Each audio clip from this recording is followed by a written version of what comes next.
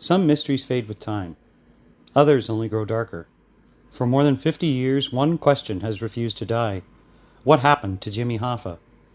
He was one of the most powerful labor leaders in American history, a man who built an empire, challenged presidents, stood shoulder to shoulder with some of the most feared figures in organized crime, and made enemies who never forgot. On the afternoon of July 30th, 1975, Jimmy Hoffa drove to a suburban Detroit restaurant for what he believed would be a routine meeting. He was never seen again. No body, no murder weapon, no confession that could ever be proven. Only whispers, theories, FBI investigations, and a trail of clues that seemed to vanish as quickly as the man himself.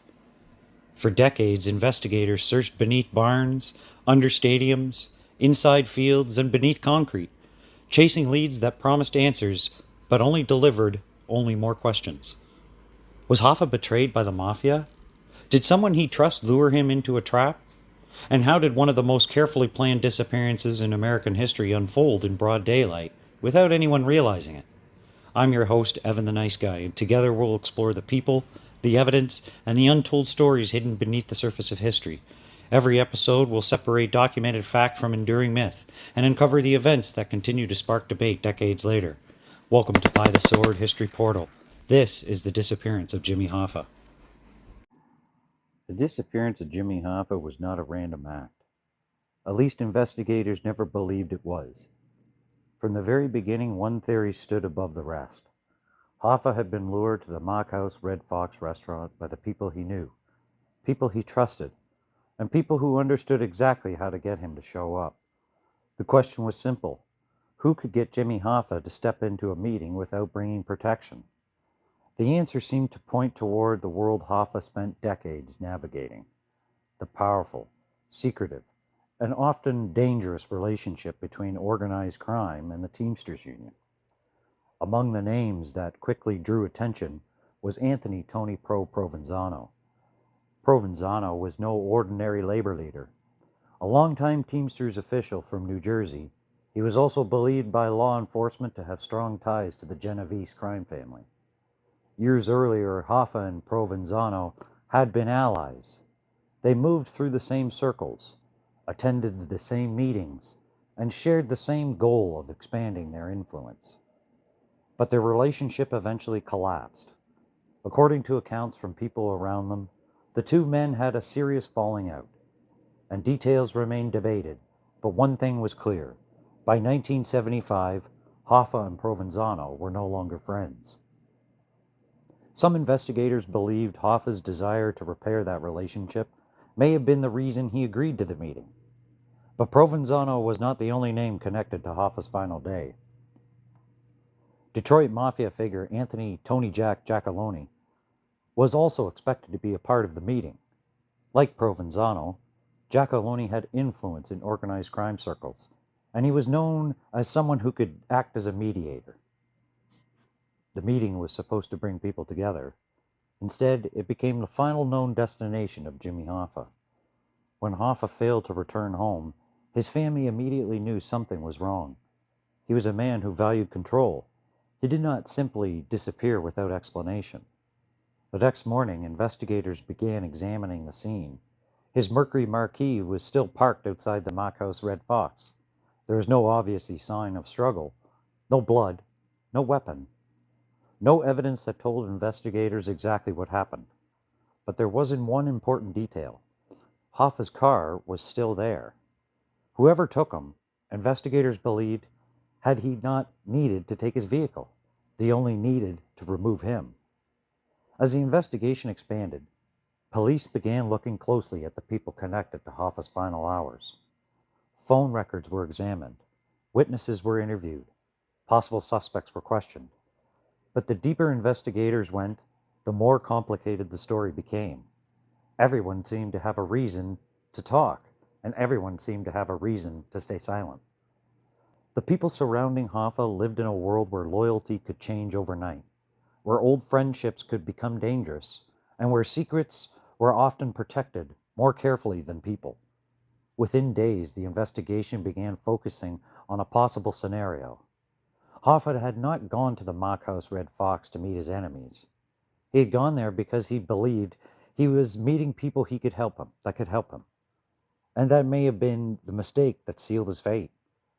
The search for Jimmy Hoffa had begun, but the truth would not come from a parking lot. It would come from the people connected to it. And one by one, investigators would begin following the trail left behind by those closest to him.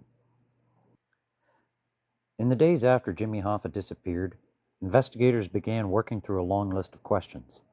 Who arranged the meeting? Who convinced Hoffa to show up? And who had the power to make one of the most famous men in America vanish without a trace? The investigation quickly turned toward the people who surrounded Hoffa during his final months. At the center of the attention were three names: Anthony Tony Pro Provenzano, Anthony Tony Jack Giacalone, and a Detroit area Teamsters associate named Thomas Andretta. Each man had connections to a world Hoffa knew well, and each man would become part of the mystery surrounding his disappearance. Anthony Provenzano was perhaps the most complicated figure in the Hoffa story. To many, he represented the old alliances Hoffa had built during his rise through the Teamsters. But by 1975, those alliances had become fractured. Hoffa and Provenzano had once worked together, but their relationship had deteriorated badly. Hoffa reportedly blamed Provenzano for conflicts that had damaged their friendship, while Provenzano had his own reasons for being wary of Hoffa's return to power. If Hoffa regained influence in the Teamsters, it could disrupt the balance of power that had developed while he was away. But Provenzano has always denied involvement in Hoffa's disappearance. He maintained that he was not even at the Mackhouse Red Fox that afternoon. Another person investigators examined was Anthony Giacalone. Known as Tony Jack, Giacalone was a respected figure within Detroit's organized crime circles. He was believed to have been someone who could negotiate disputes between powerful people. That reputation made him an interesting figure in the Hoffa investigation. If Hoffa believed Giacalone was arranging a peace meeting, it may have been enough to convince him to attend. But Giacalone has also denied having anything to do with Hoffa's disappearance. The third major figure was Thomas Andretta. Andretta was a Teamsters official from New Jersey and the brother of Stephen Andretta, another later connected to the investigation. Unlike Provenzano and Giacalone, the Andretta brothers were believed by investigators to have been possible participants in the actual operation that removed Hoffa. The theory was that Hoffa was picked up at the restaurant, placed into another vehicle, and taken somewhere else. But the biggest question remained: where did he go? Over the years, investigators followed countless leads. They searched properties, they interviewed suspects and accomplices, they listened to informants who claimed to have known the truth. Some stories pointed toward buried remains. Others suggested Hoffa had been removed far from Michigan. Some claims were credible, others led investigators to dead ends. The Hoffa case had become a maze of rumors, half-truths, and carefully guarded secrets. But one thing became increasingly clear. If Jimmy Hoffa was murdered, it was not likely a crime of passion. It was likely planned. The people involved understood Hoffa's habits. They knew his personality. They knew he valued loyalty and believed he could negotiate his way out of almost any conflict. That confidence may have been what made him very vulnerable. Hoffa spent his life reading people, but on July 30th, 1975, he may have misread the people waiting for him. And somewhere between that restaurant parking lot and whatever happened afterward, Jimmy Hoffa's last journey began. The next question investigators had to answer was the hardest one of all. How do you solve a murder when there is no body, no confession, and no one willing to talk? When Jimmy Hoffa disappeared, investigators were not starting from nothing. They had a location, they had a timeline, and they had a missing man whose entire life had been surrounded by powerful people, complicated relationships, and unanswered questions.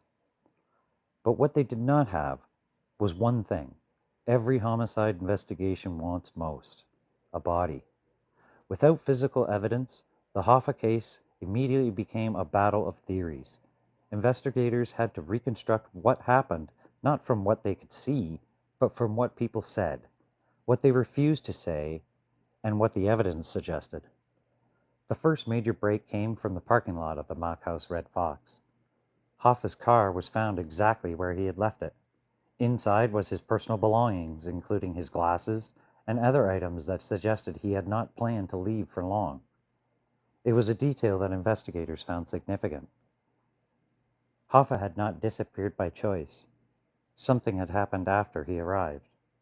The FBI quickly took control of the investigation, and the agents began examining every connection surrounding Hoffa's final days. They looked into the meeting itself. They looked into the people who were supposed to attend. And they looked into the possibility that the restaurant meeting was simply a setup. The theory was straightforward. Someone had used Hoffa's trust and his desire to regain influence against him. He was not forced to walk into danger. He was convinced he was walking into a negotiation. As investigators dug deeper, they began hearing from witnesses and informants who claimed to know what happened. But the world surrounding Hoffa was built on silence. People knew the answers often had their own reasonings for keeping them hidden. Fear, loyalty, or self-preservation. The investigation soon expanded beyond Michigan. Agents followed leads across the country, searching for any sign of where Hoffa may have been taken. Properties connected to the suspect figures were examined. Phone calls were traced. Associates were questioned. But every possible path seemed to lead into the same wall.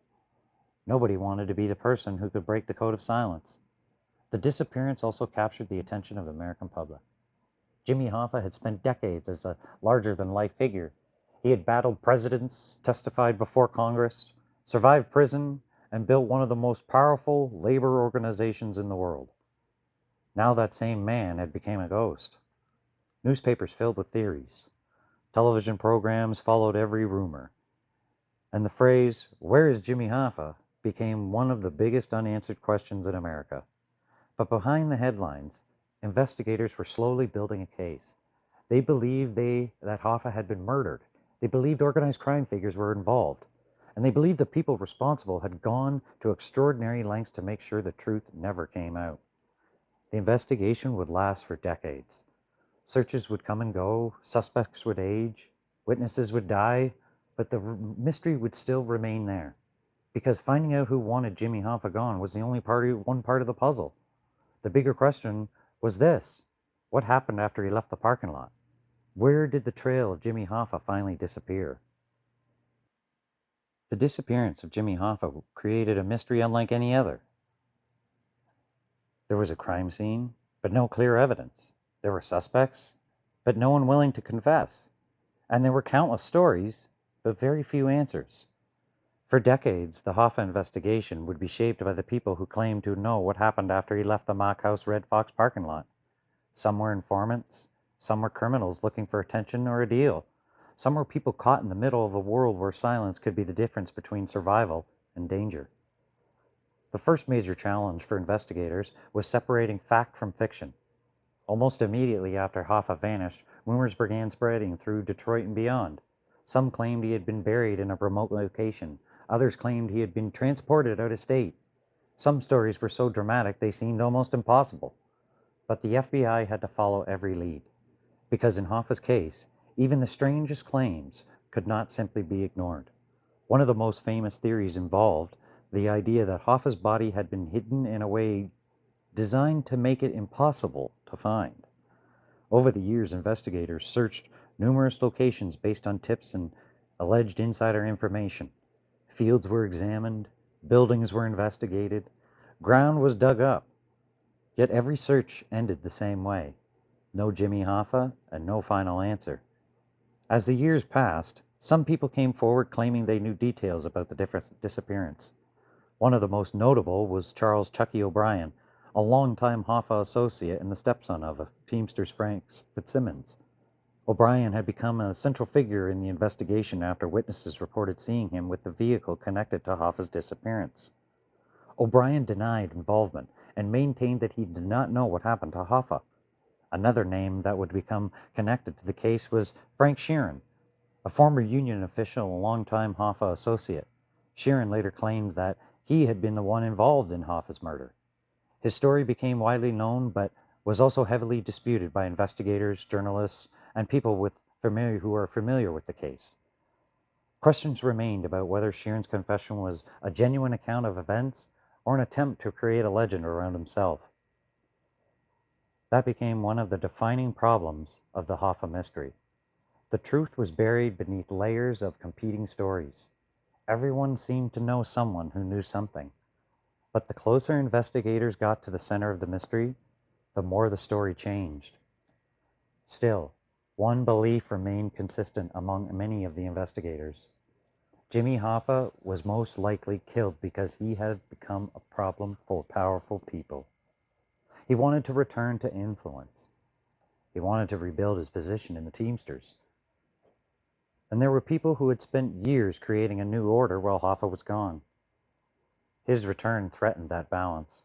The disappearance of Jimmy Hoffa was not just about one man vanishing. It was about changing America, the battle between old power and new power, between loyalty and betrayal. And somewhere in that conflict was the answer to what happened on July 30th, 1975. But finding the truth would take investigators into some of the darkest corners of organized crime. For 50 years, people would have tried to reconstruct the final hours of Jimmy Hoffa's life. The mystery begins with a simple question. What happened after he arrived at the Mack House Red Fox? At approximately 2 p.m. on July 30th, 1975, Hoffa pulled into the restaurant parking lot. He was expecting to meet Anthony Tony Pro Provenzano and Anthony Tony Jack Giacalone, but neither man appeared. Instead, witnesses reported seeing Hoffa near his vehicle, apparently speaking with other individuals. Those moments remain among the most important in the entire investigation, because whatever happened next, it happened quickly. Hoffa was known as a cautious man. He had spent decades dealing with political enemies, government investigators, and dangerous alliances. He was not someone who would casually walk away with strangers. That is why investigators believed whoever approached him had to be someone Hoffa recognized, someone he felt comfortable enough to talk to, someone who could convince him that the meeting was legitimate. One of the most widely accepted theories is that Hoffa was picked up at the restaurant and taken away in another vehicle. Investigators later focused on the red 1975 Mercury Marquis Bergenham that was reportedly seen leaving the area. The vehicle was eventually linked to people connected to the investigation, though exactly what happened inside that vehicle remains one of the most unanswered questions. The timeline after that afternoon becomes uncertain. There are theories that Hoffa was taken to a private residence. There are theories that he was transported to a location where he was killed.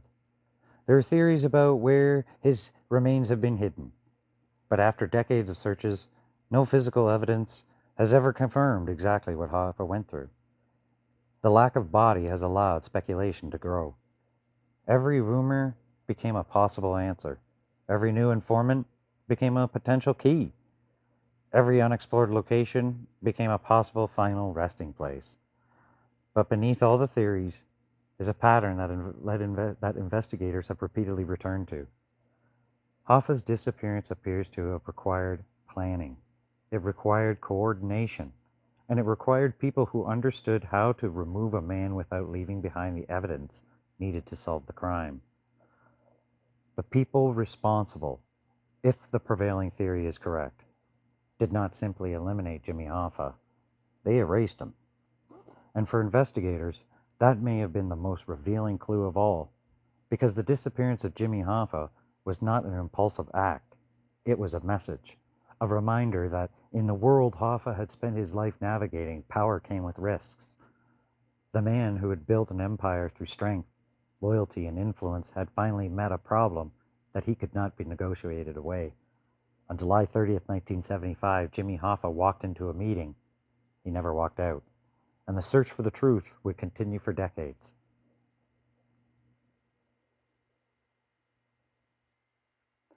As the years passed, the investigation into Jimmy Hoffa's disappearance became less about finding a missing person and more about proving what many investigators already believed had happened. The challenge was building a case without the most important piece of evidence, Hoffa himself. The FBI developed a theory that the disappearance was organized by people within Hoffa's own circle, using familiar faces to bring him into the vulnerable position. But suspicion was not enough. Investigators needed proof. One of the most important developments came from forensic evidence connected to the vehicle believed to have been involved in the crime. A 1975 Mercury Marquis Bergenham, linked to the Hoffa associate Charles Chucky O'Brien, became a major focus of the investigation. The FBI examined the vehicle for evidence and later discovered traces of blood. Testing it confirmed that the blood was consistent with Hoffa's genetic profile. However, investigators could not determine exactly when and the blood appeared in the vehicle or conclusively prove how it got there. Still, the discovery strengthened the belief that Hoffa had been taken from the restaurant parking lot against his will. The investigation also focused on several suspected participants, including members of organized crime circles connected to Detroit and New Jersey. One name that repeatedly surfaced was Richard the Iceman Kuklinski, a contract killer who later claimed to have been involved in the Hoffa's death. But his statements were widely questioned and investigators never accepted his claims as proven fact. That became the recurring theme of the Hoffa case. Stories were everywhere. Evidence was rare. Over the years, law enforcement pursued leads across Michigan and beyond. Each new tip carried the possibility of finally solving the mystery, but many ended with nothing more than another unanswered question. The case also revealed something about Hoffa himself.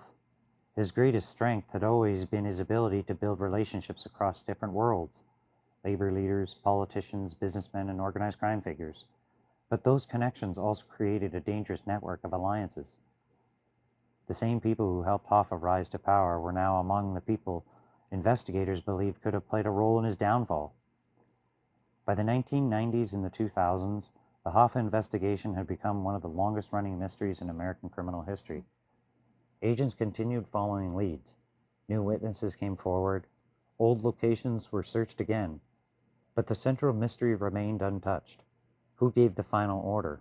Who carried out the plan? And where did they hide Jimmy Hoffa? The answers appeared to be locked away with the people who were there that day. And as time began taking those people away, the chances of ever knowing the complete truth became smaller with every passing year. But the Hoffa mystery was far from over, because some of the most dramatic parts of the investigation were still ahead. For decades, the disappearance of Jimmy Hoffa remained a case built on fragments: a suspicious vehicle, conflicting witnesses' statements. Rumors passed from one generation of investigators to the next. But without a body, prosecutors faced an enormous obstacle. They could believe what they knew, only what happened. They could suspect who was responsible. But proving it beyond a reasonable doubt was another matter entirely. The FBI never stopped looking. Over the years, agents followed hundreds of leads. They searched properties connected to suspected figures, examined possible burial sites, and returned again and again to locations where someone claimed Hoffa's remains might be hidden. One of the most publicized searches took place in 2003, when investigators searched a farm in Milford Township, Michigan, based on information from an informant. The search attracted national attention, with authorities using excavation equipment and forensic teams. But once again, the results was the same. No Hoffa, no definitive evidence, just another unanswered chapter. Other searches followed. In 2013, investigators examined a site beneath a former home of Detroit area mob figure after receiving a tip that Hoffa's remains might have been buried there. The search generated headlines but produced no breakthrough. Each failed search added another layer to the mystery. The Hoffa case became a story not just about a disappearance, but about the difficulty of uncovering truth when the people involved had spent their lives protecting secrets. Many of the suspected figures connected to the case eventually died. Anthony Tony Provenzano died in 1988. Anthony Tony Jack Giacalone died in 2001. Other potential witnesses passed away without ever revealing what they knew. With each death, other possible pieces of the puzzle disappear. Still, investigators and historians continued studying the case. Some focused on the mafia connections. Others examined Hoffa's attempts to regain power within the Teamsters. Some believed the motive was revenge. Others believed it was about protecting influence and preventing Hoffa from disrupting a system that had developed during his absence. The most accepted theory remains that Hoffa was killed shortly after arriving at the Mack House Red Fox, and that his body was removed to prevent discovery.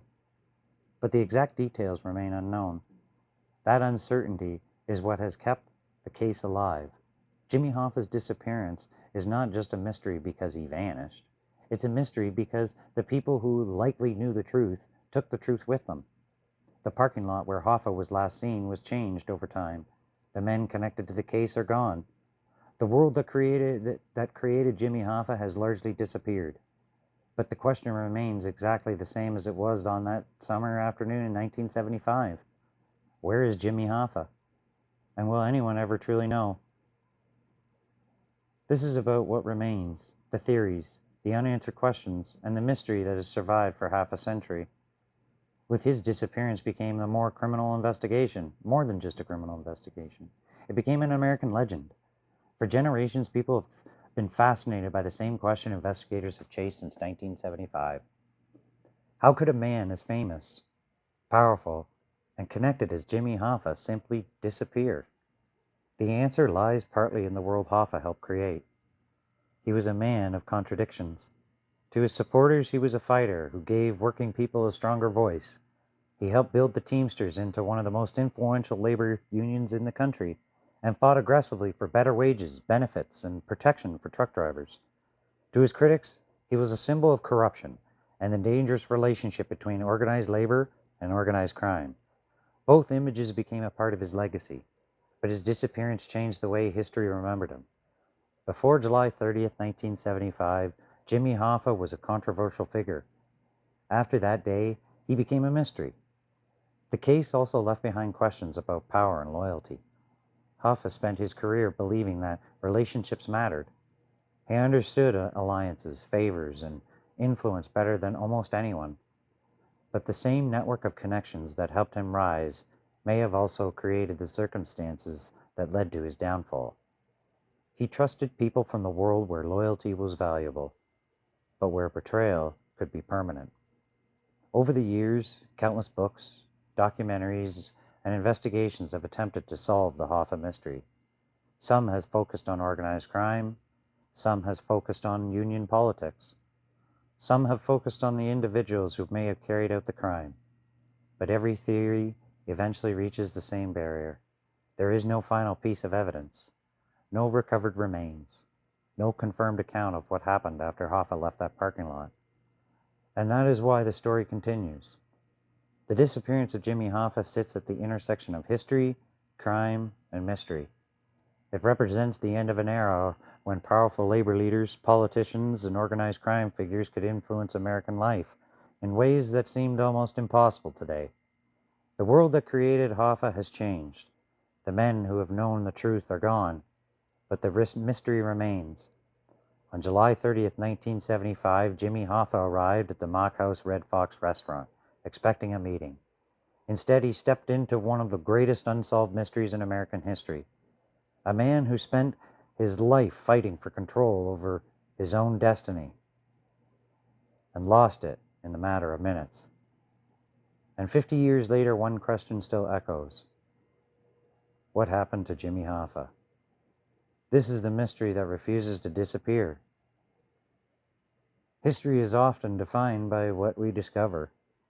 Documents uncovered, evidence revealed, stories finally brought into light. But sometimes history is defined by what remains hidden. The disappearance of Jimmy Hoffa is one of those stories. For decades, investigators have searched for answers. They have followed leads, examined evidence, and listened to people who would claim to know what happened. Some theories have faded, others have survived, but the truth has remained just out of reach. But what we know is that July 30th, 1975 became history. Jimmy Hoffa's final moments in life remain unknown. And perhaps that is why the story continues to capture our attention. Because behind every mystery is a simple human question. What really happened? At By the Sword History Portal, we continue searching through the evidence separating fact from legend and exploring the stories that shaped the world we know today. I'm your host, Evan the Nice Guy, and thank you for joining me as we uncovered the disappearance of Jimmy Hoffa. And until next time, remember, history does not always leave answers behind. Sometimes it leaves questions.